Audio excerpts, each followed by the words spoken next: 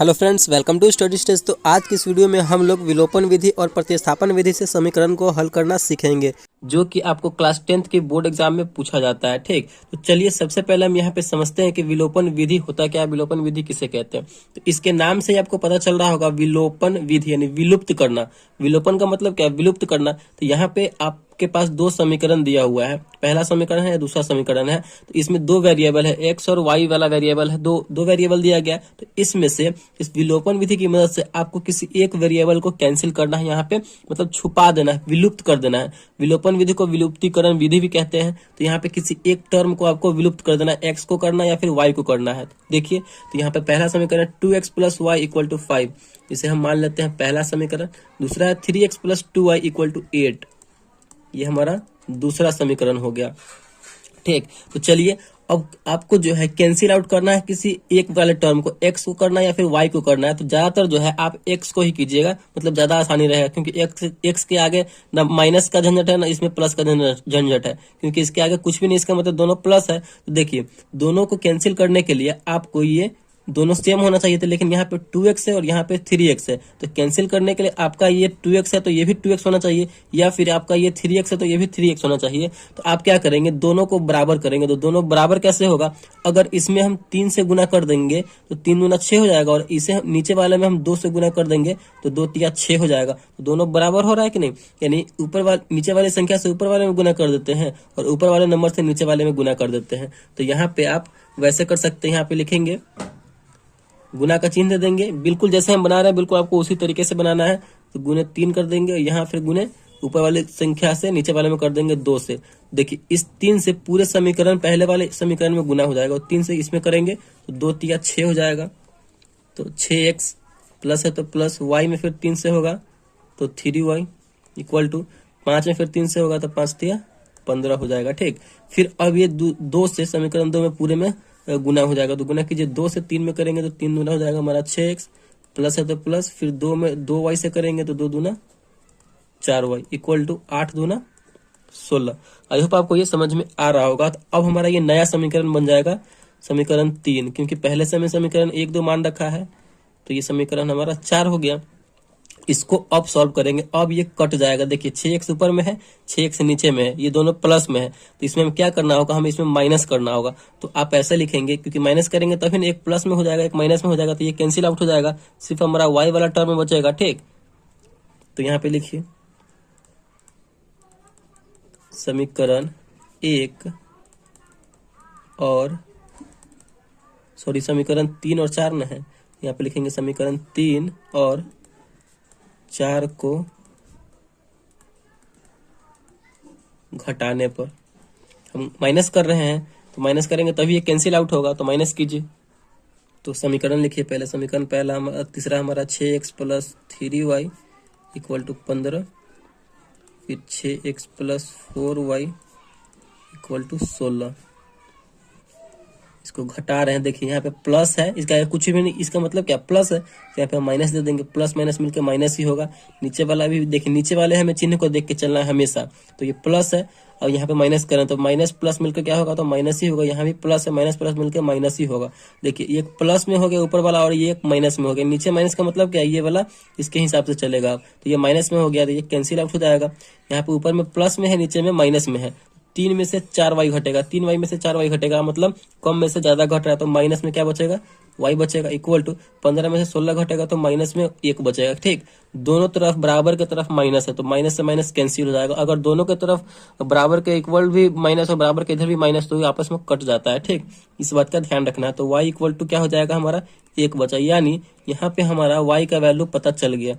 और इस समीकरण में हमें करना क्या होता है, एक्स और वाई का वैल्यू ही पता करना होता है। तो यहाँ पे हमारा वाई का वैल्यू पता चल गया। तो अब हम इसी वाई की मदद से हम समीकरण 1 में या फिर 2 में या फिर 3 में या फिर 4 में किसी में भी मान रख देंगे वाई का मान, तो आपका एक्स का वैल्यू पता चल जाएगा। ठीक, तो हम लिखेंगे कैसे, तो हमें लिखना है यहाँ पे समीकरण 1 में, मतलब आपको जो आसान जिसमें आसानी लगे उसमें आप रख सकते हैं। तो समीकरण 1 में y का मान रखने पर, देखिए तो समीकरण 1 हमारा कौन सा है, तो समीकरण एक हमारा यही ना है, 2x plus y equal to 5। यही समीकरण है हमारा 2x plus y equal to 5। तो इसी में हम y का वैल्यू रखेंगे, y के जगह पर हम क्या रखेंगे, तो 1 रखेंगे, जिससे कि हमारा x का मान निकल के आ जाए। तो रखिए 2x प्लस वाई की जगह पर 1 लिखेंगे, 1 इक्वल टू 5। सॉल्व कीजिए। 2x नंबर वाले के नंबर वाले के साथ रखेंगे, यहाँ पे ये नंबर वाला है, इधर भी नंबर वाला है, तो इसको हम उधर भेज देंगे बराबर के उधर। तो प्लस में उधर जाएगा तो माइनस में हो जाएगा। 5 तो अपने जगह पे, इसको इधर लाए तो माइनस में 1। 2x इक्वल टू 5 में से 1 जाएगा तो 4। तो x बराबर क्या हो जाएगा, x बराबर हो जाएगा 4। देखिए x का वैल्यू निकालने के लिए x को अकेला रखना होगा, तो x को अकेला रखेंगे तो ये जो इसके गुना में लगा हुआ है 2, ये बराबर के उधर जाएगा तो भाग में हो जाएगा, क्योंकि गुना वाला बराबर के उधर जाता है तो भाग में हो जाता है, और भाग वाला बराबर के उधर जाता है तो गुना में हो जाता है। ठीक, तो ये गुना में है तो इधर आएगा तो भाग में। 4/2 ये आपस में कटने वाला है, तो कितनी बार में कटेगा, 2 दूना 4, 2 बार में। यानी फाइनली जो है हमारा x इक्वल टू 2 और y इक्वल टू 1। तो फाइनली हमारा x और y का वैल्यू यहाँ से पता चल गया विलोपन विधि की मदद से। तो इसी प्रकार जो है हम विलोपन विधि से समीकरण को हल करना सीखते हैं और किया जाता है। तो आई होप आपको ये वीडियो अच्छा लगा होगा। आज की इस वीडियो में हम लोग समीकरण को प्रतिस्थापन विधि से हल करना सीखेंगे। तो हमने यहाँ पे 2 समीकरण लिया है, पहला समीकरण और ये दूसरा समीकरण है, और इसको बोला जा रहा है कि प्रतिस्थापन विधि से हल करने के लिए। ये जो सवाल है आपके क्लास 10th की जो बोर्ड एग्जाम होती है उसमें पूछा जाता है, तो बहुत अच्छे तरीके से आपको समझना है, जिससे कि कोई डाउट इसमें नहीं रहे। तो चलिए प्रतिस्थापन विधि से समीकरण को बनाना सीखते हैं। देखिए पहले समीकरण लिख लेना है। समीकरण है हमारा x plus y equal to 14, ये हमारा पहला समीकरण हो गया। ठीक, दूसरा समीकरण है हमारा x minus y equal to 4, ये हमारा दूसरा समीकरण हो गया। ठीक, स्थापन विधि कहने का मतलब देखिए आपको ये इसी से पता चला, प्रतिस्थापन मतलब इस किसी एक का वैल्यू दूसरे में प्रतिस्थापित कर देना, मतलब रख देना है। ठीक, तो इसमें से हमें किसी एक समीकरण को सॉल्व करना होगा और उसमें से x या y का वैल्यू निकाल करके दूसरे समीकरण में हम रख देंगे। ठीक, या फिर आप दूसरे समीकरण में से x या y का वैल्यू निकाल करके समीकरण 1 में रख देंगे। ठीक, देखिए कैसे। तो यहाँ पे हम समीकरण 1 से ही लेके चलते हैं। तो यहाँ पे जैसे हम बना रहे हैं बिल्कुल उसी तरीके से आपको बोर्ड एग्जाम में भी बनाना है। तो समीकरण 1 लेके चल रहे, तो समीकरण 1 से समीकरण 1 है हमारा x plus y equal to 14। तो x का यहाँ पे वैल्यू निकालते हैं। तो x इक्वल टू क्या हो जाएगा, x का वैल्यू निकालने के लिए x को अकेला रखना होगा, तो y को हम उधर भेज देंगे। तो 14 तो अपने जगह पे है, ये y उधर गया प्लस में था तो माइनस में हो जाएगा। ठीक, तो x equal to 14 minus y, ये हमारा समीकरण तीसरा हो जाएगा। ठीक, हमारा यहाँ पे x का वैल्यू एग्जैक्ट रूप से पता नहीं है, लेकिन हमें ये x का वैल्यू यहाँ पे टेम्पररी निकाला गया है। इसी तरीके से जो है प्रतिस्थापन विधि से, मतलब प्रतिस्थापन विधि में यही तरीका है, इसी तरीके से हम सॉल्व करते हैं। तो यहाँ पे हमने x का वैल्यू निकाल लिया, तो समीकरण इसे हम 3 मान लिए। अब इसी समीकरण 3 को हम समीकरण 2 में रख देंगे वैल्यू x का। तो यहाँ पे हम लिखेंगे समीकरण 2 में x का मान रखने पर। तो चलिए समीकरण 2 हमारा यहाँ पे है और x का मान, तो x के जगह पे हम ये वैल्यू लिखेंगे। ठीक, तो पहले हम समीकरण 2 लिख लेते हैं। समीकरण 2 है हमारा x minus y equal to 4, ये समीकरण हमारा 2 है। तो इसी में हम x का वैल्यू रखेंगे, तो x के जगह पे हमें क्या लिखना होगा, 14 माइनस वाई। तो लिखिए 14 माइनस वाई, फिर यहाँ पे माइनस वाई आ गया है इसमें, तो माइनस वाई इक्वल टू 4। इसे आप सॉल्व कीजिए। आप 14 माइनस वाई और माइनस वाई मिलकर क्या हो जाएगा, तो माइनस 2y हो जाएगा, इक्वल टू 4 है तो 4। यहाँ से हमें y का वैल्यू पता चल जाएगा। देखिए कैसे, देखिए नंबर वाले को नंबर वाले के साथ रखेंगे, तो 14 इधर है तो 4 के साथ रखेंगे, तो इधर क्या बच जाएगा, माइनस 2y। 4 तो अपने जगह पर, इसको उठा के इधर ला रहे हैं, प्लस में है तो माइनस में आ जाएगा। यहाँ पे आप देखिए माइनस 2y इक्वल टू 4 में से 14 घटेगा, यानी कम में से ज्यादा घट रहा है, तो माइनस में यहाँ पे हो जाएगा 10। तो माइनस इधर भी और माइनस इधर भी है, बराबर के दोनों और माइनस है, तो माइनस से माइनस कैंसिल हो जाएगा। तो y इक्वल टू क्या हो जाएगा, 10 बटे में, यहाँ पे देखिए y के साथ 2 लगा हुआ है गुना में, बराबर के इधर जाएगा तो भाग में, 10/2, 10/2 कट जाएगा कितने बार में, तो 5 बार में।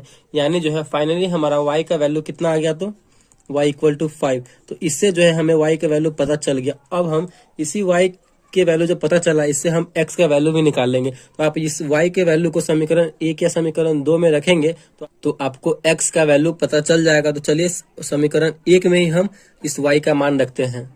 तो आपको यहाँ पे लिखना है समीकरण 1 में y का मान रखने पर, समीकरण हमारा एक क्या है, x plus y equal to 14 है। तो x प्लस वाई का मान कितना आया है, 5। तो 5 बराबर 14। तो x बराबर क्या हो जाएगा, 14 इधर है, प्लस 5 को उधर भेज देंगे तो ये माइनस में हो जाएगा, तो -5।